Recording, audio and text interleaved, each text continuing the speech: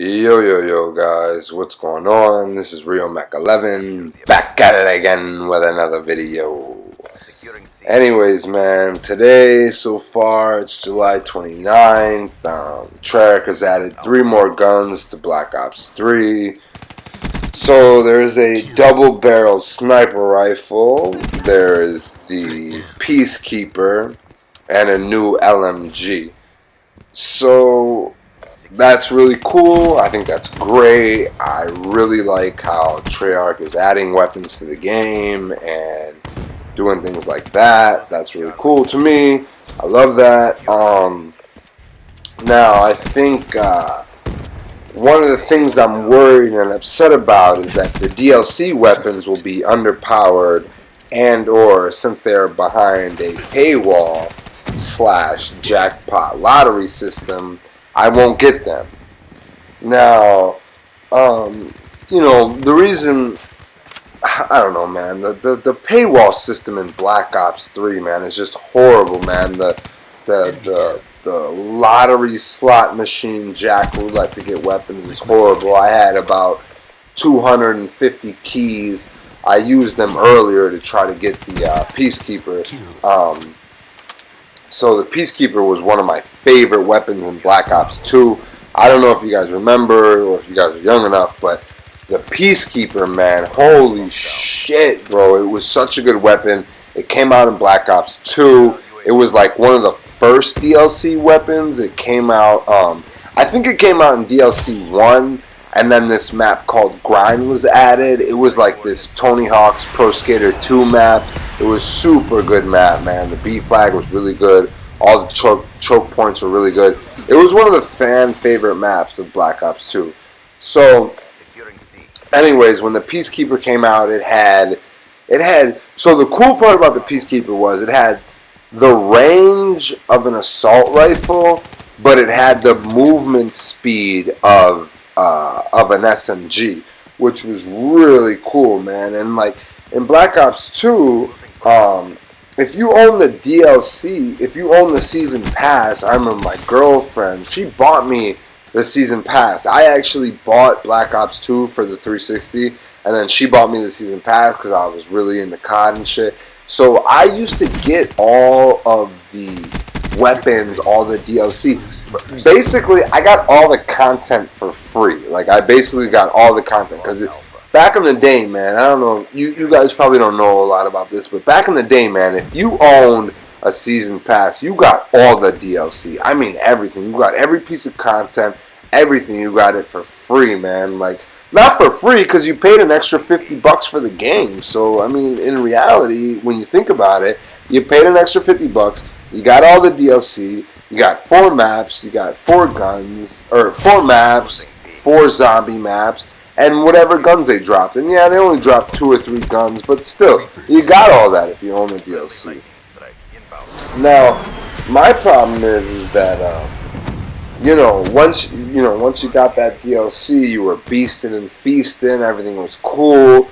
The Peacekeeper in Black Ops 2 actually, I think, was my most. I had the most kills in Black Ops 2 with the Peacekeeper. I got so many kills with it. I love that gun. I almost missed that guy right there.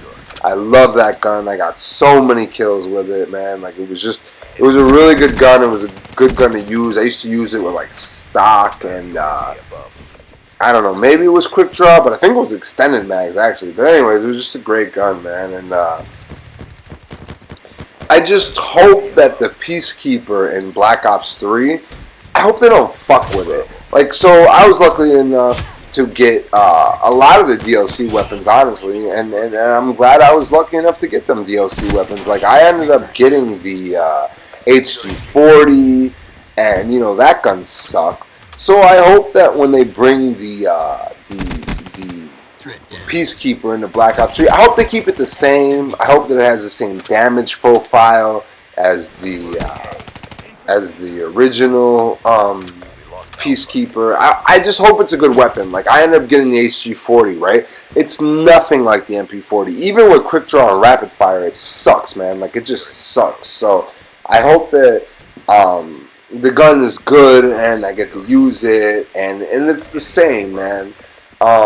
Also, here quickly, guys, there was a leak to Black Ops or Infinity Ward. Excuse me. There was a leak to Infinite Warfare, and pretty much the leak was from like a game tester or whatever. So he's claiming that there are 3-tiered score streak systems that are coming to Infinite Warfare. I don't know if you guys don't remember or never played Modern Warfare 3, but there were 3 score streak systems. So you had the Assault, the Support, and the Specialist. And the Specialist was the shit, man. You only had to get 8 kills, and then you turned into a god. Like, you just turned into a god. It was crazy. So you ended up getting all the perks and all the attachments for the weapons, like kick and flinch and shit like that. You just ended up getting everything, man. And it was beast, man. It was beast fucking mode, bro. Like, it was so good. Anyways, I got a couple modes with Moabs, MOABs. I actually got my first MOAB with that, with the same chick that I'm with now, believe it or not. But anyways, man, it was just really cool. It was really chill.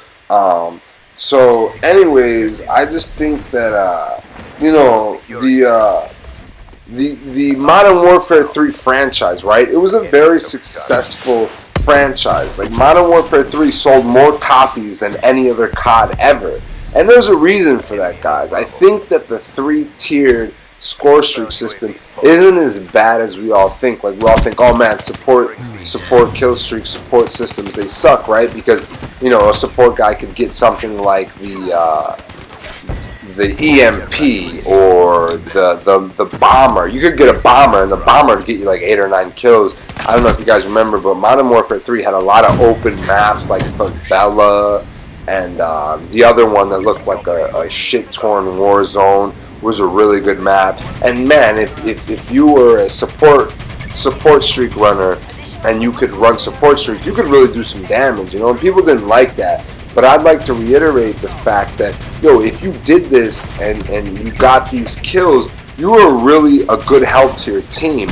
And not only that, but it would help a lot of players that were not really beast players, you know, that couldn't change the tides of battle with a VTOL warship like I'm doing right now. You can tell this is a very close gameplay. I think we're like 130 to 130, but when I start getting these motherships, I change the tide. And often people don't like the fact that you can change the tide with a single score streak.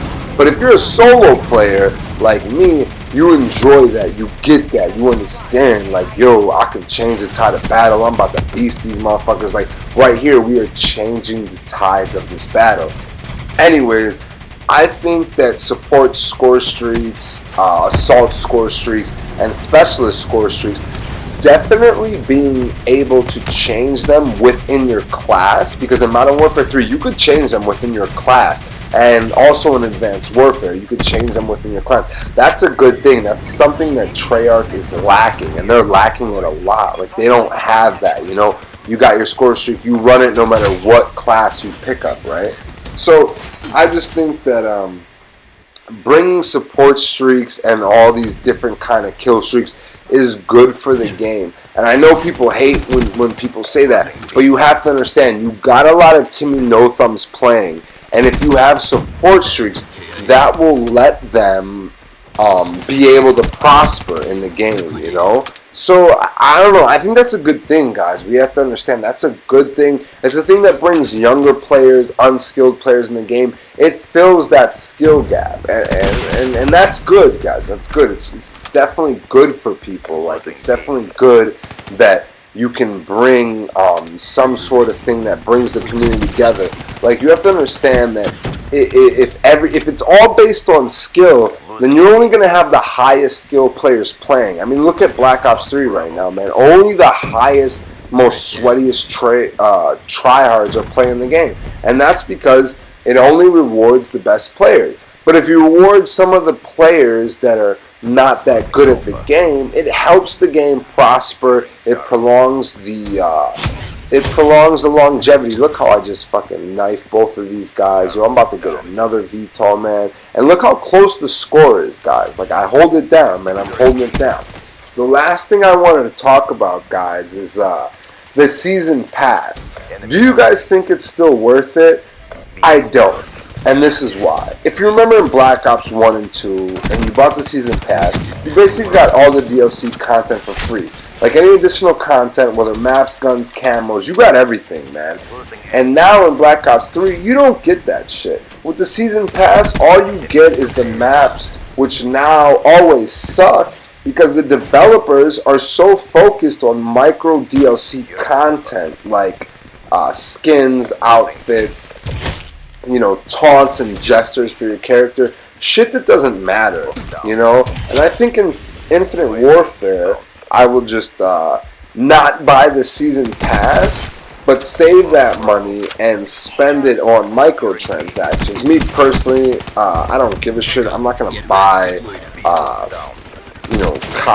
COD Remastered. I never played COD Remastered. The first COD I played was Black Ops 2, and it was on my homeboy's Xbox. You know what I mean? Or not Black Ops 2, Modern Warfare 2. So I'm not gonna buy that shit. But I think that if you don't spend that extra $50 on the season pass and you just spend it on like micro DLC, I think that your dollar would go further. And again, I'm not trying to talk shit, guys. I'm not trying to be an asshole or nothing. I'm just trying to explain to you what I think would be a better resolution. You know what I mean? So I think that microtransactions are the new season pass. And especially if you're on Xbox, man. If you're on Xbox, bro, you're getting the shit late anyways, man. So you're already seeing all the PS4 gameplay, So it makes it even worse. So, I don't know, guys. I'm Real Mac 11. Okay, I'm cutting this gameplay out. I hope you enjoyed it. It was a real close gameplay. Love you guys. Peace out.